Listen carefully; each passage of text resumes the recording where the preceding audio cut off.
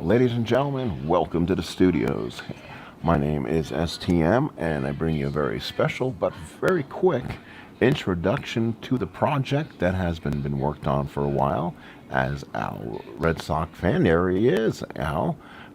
Just, you brought it up in your chat the other night, so I decided to jump front forward, jump right in the pool on this project, and we'll kind of give you the results. This is right now, I'm going to go over what is the 1980-81 NCAA Basketball Tournament.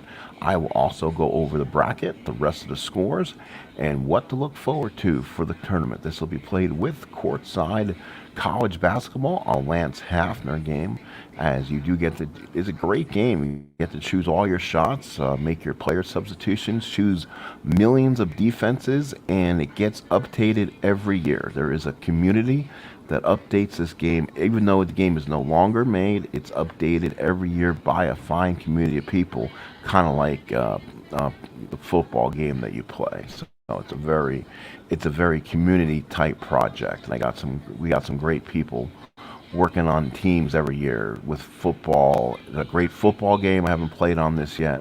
There's two sets of basketball games you can play. There's a good hockey game.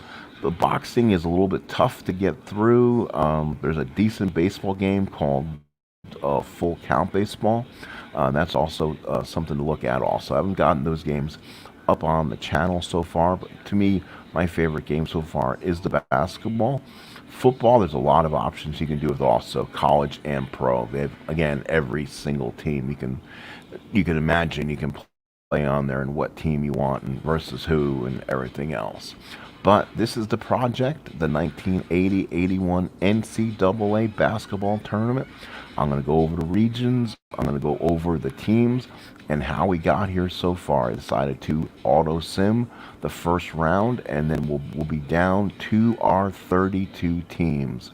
So in the Austin, Texas, Wichita, Kansas sub-region, this will lead to the New Orleans Superdome Regionals.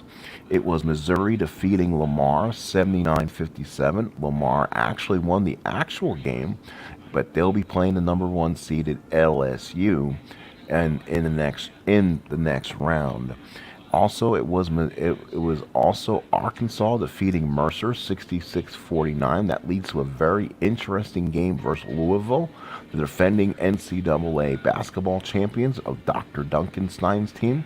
From the team before, Arkansas defeated Louisville in the round of 32 that year with a full court shot by U.S. Reed. I believe it was a half court shot.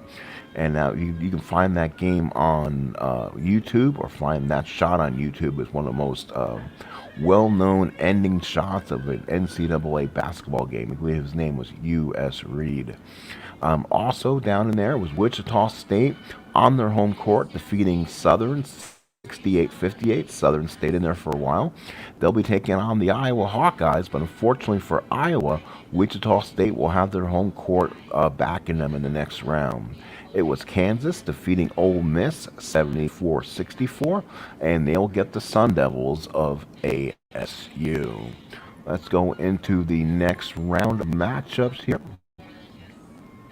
So I can get my system wanting to work. Here we go. Now I can go downwards. You guys can see that. This is going to be the Dayton Tuscaloosa region. Games played they used to play the first round games in Dayton every single year. And also Tuscaloosa that's the sub regions. And now the regional finals will be held in Bloomington. That's a huge advantage, as the Indiana Hoosiers are in this group. So keep that in mind. So in the first round, it was Creighton. Thank God Almighty. They defeated St. Joe's 69-63. I grew up as a DePaul/Indiana fan. I became an Indiana fan because my brother's girlfriend gave me a signed yearbook of the 1980-81 Hoosiers, which included a signed autograph, which I don't have anymore, somewhere, or else I lost it completely, of Isaiah Thomas when he was still in college.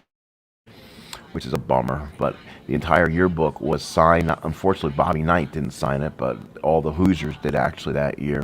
So I kind of became a huge Hoosier fan at that point, and also always loved the DePaul team with Mark Aguirre in '81. But it was that St. Joseph's team that year that upset DePaul, and they were the #1 seed coming out of this region. But Creighton did me a favor. They defeated St. Joe's 69-63. So Creighton gets DePaul in the next round. BC, Boston College, another couple Northeastern teams in this tournament. They defeated Ball State 80-78. Ball State stayed in there. They'll take on Wake Forest next, who's the 4 seed. The 4 seed Wake Forest could be BC beat them in a tournament that year, so it wouldn't surprise me if BC takes out Wake Forest in the next round either. Then it was UTC Chattanooga getting a big upset, 82-76 over Maryland.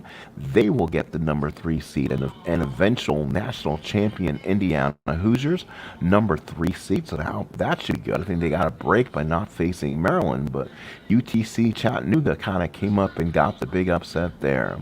It was UAB who did pretty well in this tournament this year. They defeated Western Kentucky, the Hilltoppers, 80-74. They'll be taking on the #2 seeded Kentucky Wildcats. Again, these games are in the Dayton and Tuscaloosa sub-region, with the regional finals being held on the court of Bloomington of the University of Indiana. Let's go over to the opposite bracket. It's going to be the Los Angeles and El Paso sub-region, Salt Lake City, Utah regional finals. It was Kansas State defeating San Francisco by the score of 72-49. #1 seed Oregon State. I believe that might be a Gary Payton team. I'm not sure, but they didn't get far. They got knocked out in the round of 32 that year by Kansas State. So we'll see if that happens again. Wyoming, the Cowboys. They lassoed Howard 69-55. Howard stayed in it for a little while, but Wyoming pulled ahead. They'll be taking on the #4 seed Illinois, the Fighting Illini. And then it's Northeastern. That's right, another Massachusetts team defeated Fresno State 63-50, and they'll take on the University of Utah, the #3 seed, featured by Mr. Tom Chambers. It was Pittsburgh upsetting Idaho, actually, 76-64, as the Panthers dealt the Vandals a loss in the tournament. Pittsburgh will now take on a very talented #2 team in Al Wood and the University of North Carolina. In the bottom half of the bracket, or looks like would be the Eastern bracket, it was the Charlotte, North Carolina. It will be the games, the first round games and regionals will be in Charlotte, North Carolina, and Providence, Rhode Island at the Civic Center. And then the regionals will come to Omni and Atlanta, Georgia. We saw it on the channel. Villanova defeated Houston. They now get the right to play Ralph Sampson and the #1 seeded Virginia Cavaliers. Underneath there, the Rams of VCU defeated Long Island 76-68. They'll now get the #4 seed Tennessee Volunteers. And in the bottom half of the bracket, the BYU Cougars defeated Princeton 69-48. They'll take on UCLA. Remember, this BYU team got to the Elite Eight as they defeated both the 3 seed UCLA and the 2 seed Notre Dame, only to lose to Virginia in the regional final that year. So BYU, led by a couple Boston Celtics, Danny Ainge and Fred Roberts. Actually, 3 Celtics, if you count them. I think Fred Roberts did play for Boston, because also Greg Kite is on that team. So a big, powerful front line led by a speedy little guard that really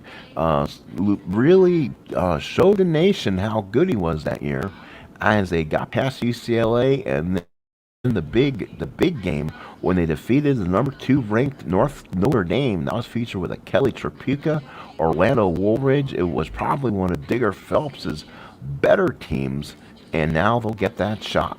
So and the last game in that group was JMU, James Madison University, defeated Georgetown by a score of 69-64. The #2 seed Notre Dame Fighting Irish will be waiting for them. Again, those first round games will be at Charlotte, North Carolina, and and Providence, with the regionals and regional finals being held at the Omni in Atlanta, Georgia. Again, folks, these games are going to be played with the Courtside college basketball, a Lance Hafner game. Again, just to go over things once again, regional finals in one group is going to be New Orleans. Then it will be, yep, he did. That's what I thought. Bloomington, Indiana, looks like will be in the Mid-East. Salt Lake City will be in the West as of regional finals. And then it will be in the Omni I guess the East or the South will be the host of the other regions so far.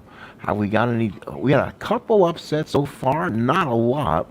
And the upsets that were supposed to really happen, including the St. Joe's upsets in these tournaments, did not happen. So that's going to make a very interesting next round, unless Creighton can go ahead and defeat DePaul and kind of end their run. Again, this is one of DePaul's best years with Ray Meyer. They had a fantastic team. This was a Mark Aguirre team with Skip Dillard, and I've watched a lot of their teams games. They are a lot of fun. Play a lot of fast-paced offensive teams. This is the 1980-1981 NCAA Basketball Tournament. We'll get this underway as soon as possible. But let's get a little spoiler out there.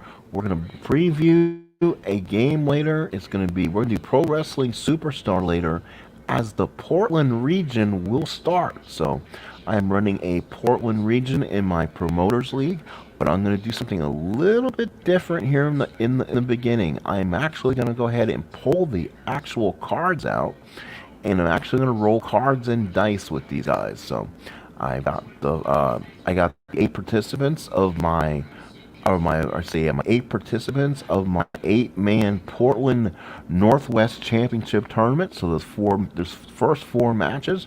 Hopefully will be run tonight live on the channel, but instead of watching the computer version, we're actually going to be trying the actually playing cards and dice with it.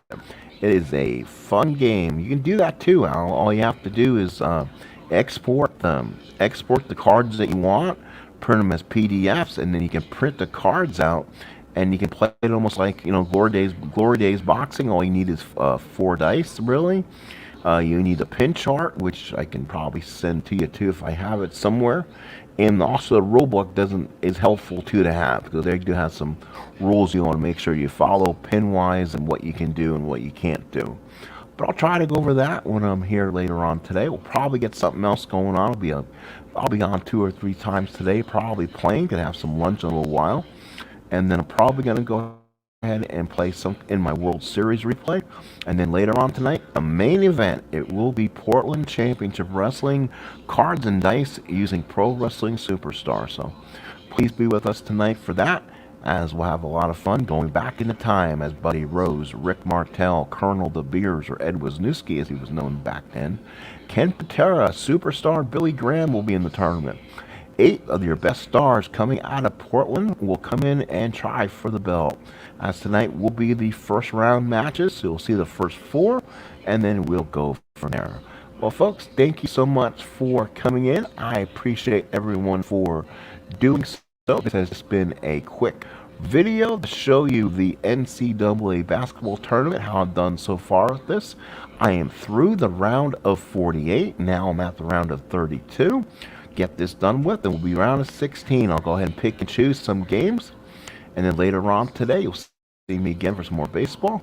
And like I said, tonight I'm hoping main event will be Pro Wrestling Superstars Portland promotion, starting rolling cards and dice. We'll talk to you later, folks. Have a great rest of your day. We'll see you again, and once again, keep me on your channel. Please like and subscribe, and please hit the little dinger bell so you know when I come on live. Talk to you later, folks.